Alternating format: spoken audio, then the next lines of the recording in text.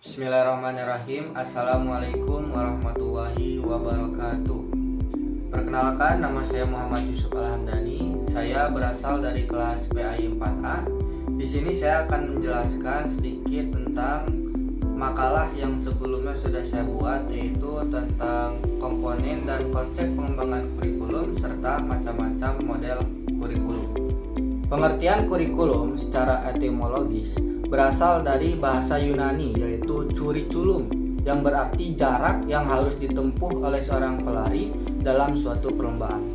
Tapi dalam dunia pendidikan, kurikulum adalah sejumlah rencana atau pengaturan yang mengenai tujuan, isi bahan pelajaran yang digunakan sebagai pedoman dalam proses pembelajaran.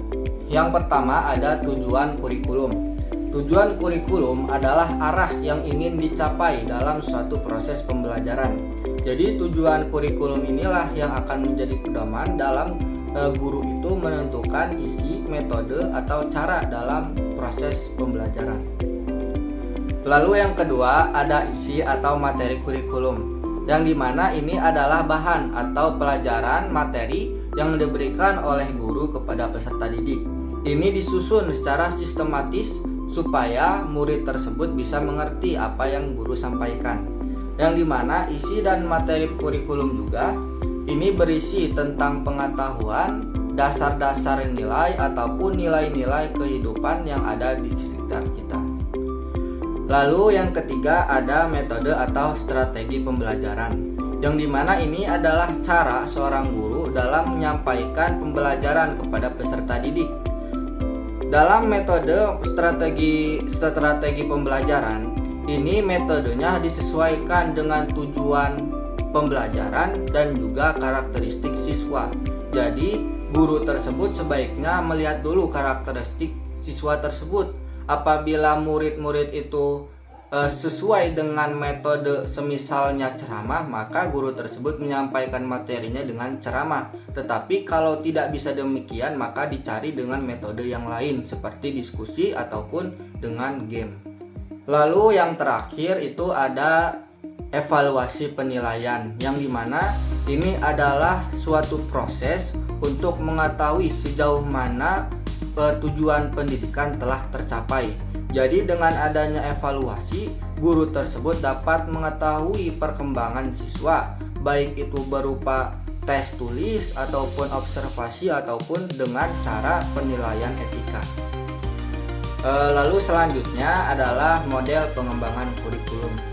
Model pengembangan kurikulum adalah cara atau langkah-langkah yang digunakan dalam merancang dan mengembangkan suatu kurikulum.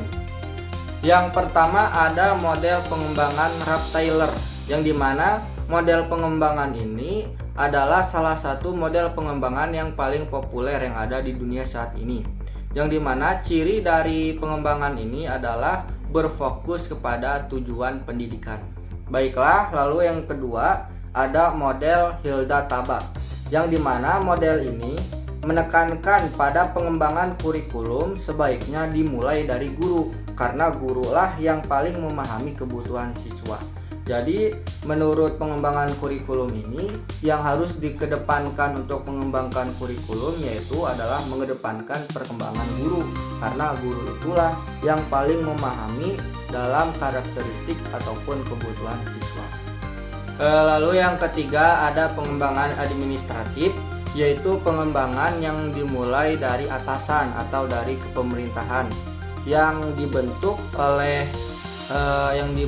atau dibuat oleh kementerian yang kemudian ditetapkan kepada sekolah-sekolah. Jadi pengembangan ini mah lebih berpusat kepada suatu lembaga atau suatu instansi. Lalu yang terakhir adalah model pengembangan grassroots, yang dimana model pengembangan ini adalah sebaliknya dari pengembangan administratif.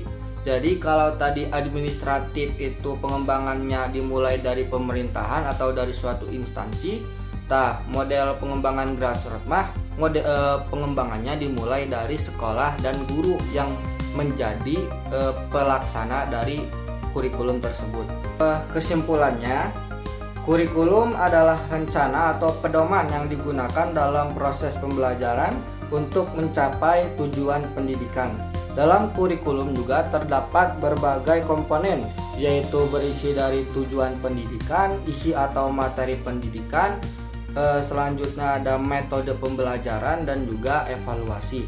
Lalu pengembangan kurikulum itu dapat dilakukan dalam berbagai cara, baik itu melalui model Rap-Taylor ataupun model Hilda-Taba ataupun model administrasi ataupun model grassroots.